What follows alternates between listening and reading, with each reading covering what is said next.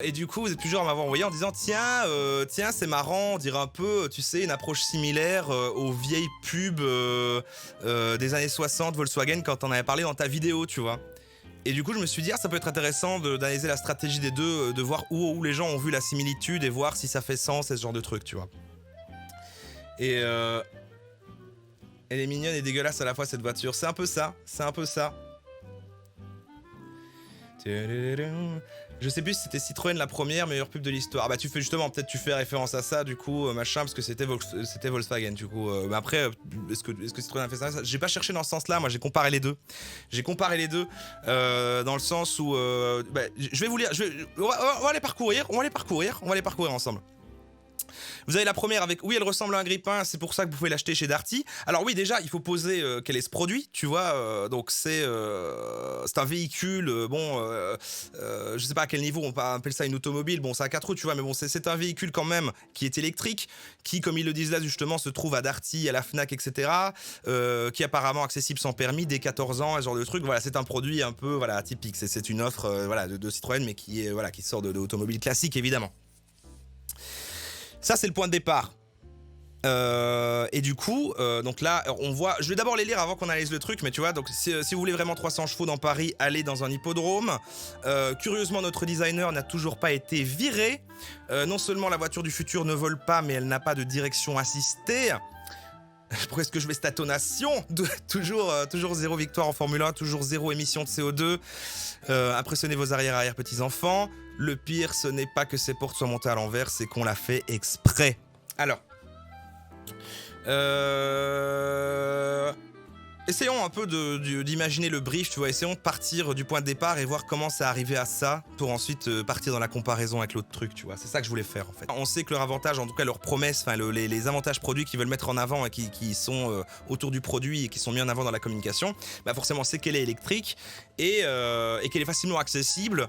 Dans le sens accessible, et on peut mettre dans cette ombrelle plein de trucs, dans le sens que j'ai listé là, bah voilà, pas cher, sans permis, dès 14 ans, même accessibilité dans le sens distribution, dans le sens, bah tu vois, tu l'as même dans des magasins, c'est-à-dire qu'ils vont aller jusqu'à mettre dans des magasins qui vont être plus atypiques, c'est-à-dire que c'est pas dans des concessionnaires, mais tu vois, il y a ces Darty à la Fnac et ce genre de trucs. Ça, c'est les avantages. Là où les inconvénients, c'est les inconvénients dans le sens par rapport en temps, parce qu'on voit que la communication, le fait que ça va être identifié Citroën et donc marque de voiture, ça va être du coup de jouer sur la comparaison avec les autres véhicules. Donc si on se base là-dessus, tu vois, et qu'on la voit comme ça, ce qu'ils vont considérer comme inconvénient et dont ils jouent d'ailleurs là-dedans, c'est tout ce qui est esthétique et tout ce qui est performance, tu vois.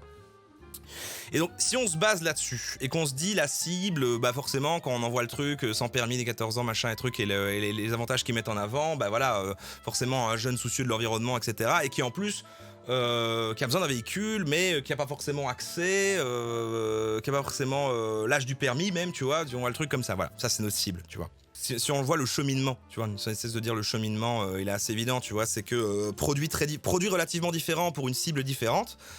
Par rapport au secteur automobile en général, mais aussi même par rapport à la marque en général, tu vois, donc après, on veut appuyer cette différenciation, tu vois. Et comme forcément, elle peut pas être cool, on peut pas la positionner comme cool, tu vois, ou stylée comme un truc comme ça, bah forcément, il faut la rendre sympathique. Il faut la rendre sympathique, il faut un peu... il faut être gaulerie, quoi. Et forcément, l'autodérision, tu vois, ça marche super bien pour les marques. J'en parlais dans ma vidéo justement sur Volkswagen et tout, tu vois, c'était...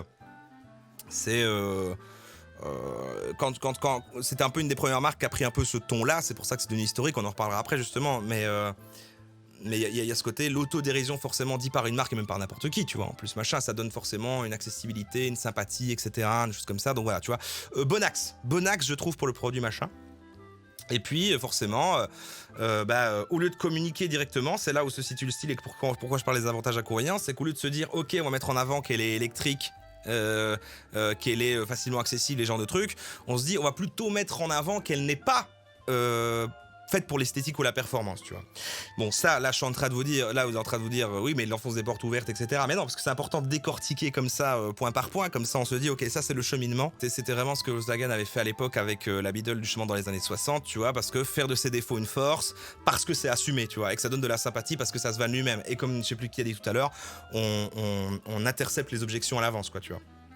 Et finalement, en se positionnant comme ça, et ben c'est tout ce genre de truc qui aide plutôt à accrocher à la voiture finalement, enfin au véhicule, comment dirais-je, un mindset, un état d'esprit, tu vois, des valeurs, une culture, etc. Tu vois, un espèce de truc de tu t'accroches à ça, tu vois. Donc en vrai, c'est se dire, il y a la norme, on vous la présente en disant que c'est pas nous, et nous on a cette alternative là. Donc il y a un côté, ça passe au ça casse, ça va cibler un peu tout le monde parce que c'est du gros affichage apparemment d'après ce que j'ai vu, du grand print un peu partout. Et puis du coup, tu vas avoir une conversion de majorité de gens en mode ah c'est ridicule machin et tout, mais quand même sympathique, peut-être des gens qui vont marcher avec le truc comme ça. Mais par contre, tu vas convertir assez fortement une partie de la population qui est peut-être, voilà, tu vois, je sais pas les chiffres qu'ils cherchent derrière, tu vois. Mais donc c'est cohérent, c'est cool, c'est intéressant. Et donc là, on peut aller, c'est là que ça devient intéressant d'aller sur Volkswagen finalement. Là, on va dire que les inconvénients, c'était aussi esthétique et performance dans le contexte de l'époque. C'était ça leur souci, c'était par rapport aux autres voitures de l'époque. Et bah, on n'était pas sur une voiture qui allait vite, ni qui était belle, impressionnante, etc.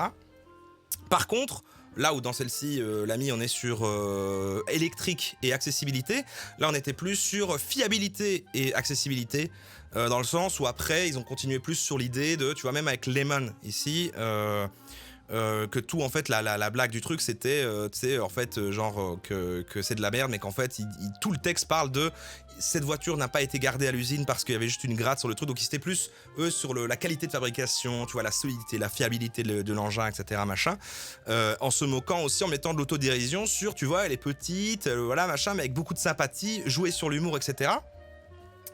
Moi je suis totalement d'accord, mais c'est vraiment en plus quand ça a commencé à se décliner qu'on a des trucs qui ressemblent encore plus à ça, tu vois.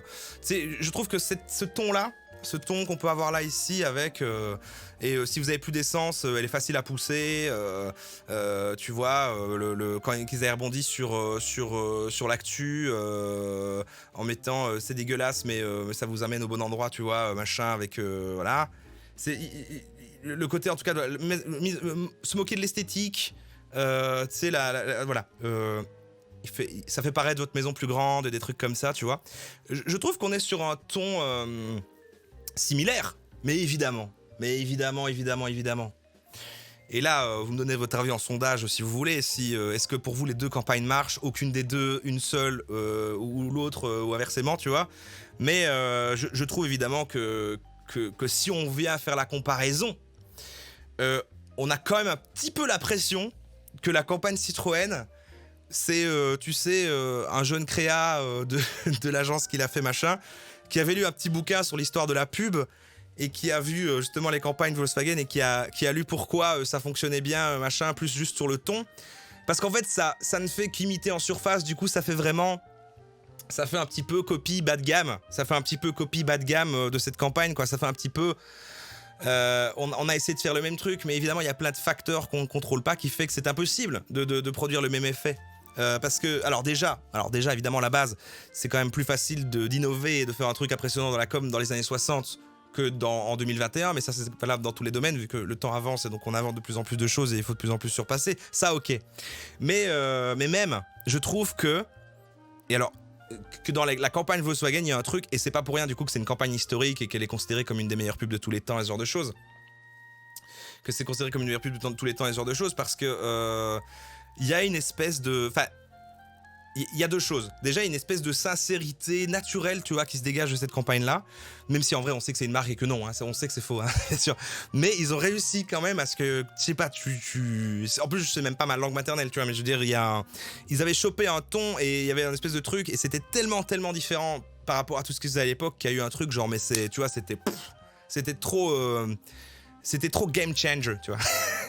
Alors que là, bon, on a une campagne avec une petite accroche sympathique, mais en fait, on en voit tous les 2 mois des campagnes comme ça. Mais là, je trouve que c'est pire, parce qu'on voit que ça a voulu s'inspirer de ça, parce que ça se voit d'autant que c'est un peu un ton qui va l'imiter, et que c'est aussi un véhicule, justement un peu atypique, machin et tout. Donc on a une impression finalement de plagiat bas de gamme, quoi, quand on va faire la comparaison. Et c'est con. C'est con parce que ce qu'on oublie aussi, c'est quand je dis, c'est parce que ça a l'air d'être juste aspiré sur la forme, parce que finalement, dans le fond, ce que c'était cette campagne, et je veux pas reparler de ma vidéo, mais juste faire un résumé de ce qui était important dans ce truc-là, tu vois, c'était que, à l'époque, Volkswagen, avec cette campagne-là, tu vois, ils ont révolutionné ce qu'était la stratégie d'un challenger dans le marketing, tu vois, en disant, ok, on peut attaquer autrement, tu vois, machin, vraiment, en termes de stratégie, ils ont vraiment trouvé un truc. Et aussi, ils ont aussi révolutionné un truc en termes d'attachement des gens envers une marque. Parce que avant, les gens achetaient plus un produit ou autre. Là, il y a eu un vrai attachement vers la marque. Parce qu'ils ont, tu vois, ils ont maintenu après ce ton. Et l'autre truc, donc, tu vois, C'est pour ça que ça a impacté aussi. C'est pas parce que cette pub-là, en fait. Si tu la montes hors contexte aujourd'hui, elle est pas si folle, même d'avoir le Think Small, tu vois, hors contexte. Mais c'est ce que ça représente historiquement et de quoi c'est chargé qui fait qu'en fait elle fait sens. Mais finalement aujourd'hui, et même tu vois ce principe de tout le temps, tu sais, présenter un nouveau truc comme une alternative et de créer un attachement vers la marque, c'est une thématique, ça c'est une mécanique qui a ensuite été réutilisée par des marques et qui est tout le temps réutilisée et tout, mais c'est tout le monde trouve un peu son idée à lui. Apple l'a fait lui-même, tu vois, je veux dire, de se positionner comme ça. Et techniquement, on va pas dire que c'est du plagiat de Volkswagen, mais tu vois, on a sur une attention similaire de comment être un bon challenger sur son marché. Alors que là, on a vraiment le gars, le créa, qui a vu cette campagne-là et qui a dit je vais faire un copier-coller, je vais imiter le style sur la forme, quoi. Et donc ça marche pas trop, ça marche pas trop. Et ça marche même moins bien dans le sens où bah, les visuels ont pas cette force du fait que là on avait des visuels surchargés à l'époque et qu'on a une voiture seule sur un fond uni. On a finalement des visuels assez classiques pour une pub de bagnole, c'est juste que la voiture en elle-même fait que ça attire le regard.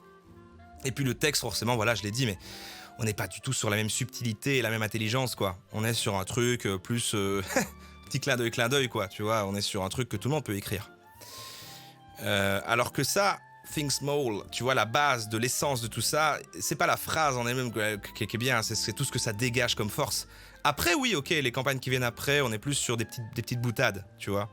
Mais ils avaient déjà installé l'esprit, et tu vois, il y avait une saga, quoi. Il y avait vraiment, tu vois, au stade que, et je sais pas si je vais la retrouver ici, au stade que, ils avaient même fait une pub qui était une pub.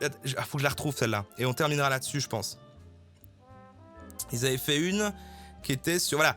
Est-ce que vous avez entendu quelques blagues Volkswagen dernièrement, tu vois, donc une pub qui communiquait sur le fait que les gens se disaient les pubs Volkswagen comme blague tellement ça avait du succès et que la marque avait une force comme ça, tu vois. Donc voilà, à la fois comparable et finalement quand on le fait incomparable et voilà.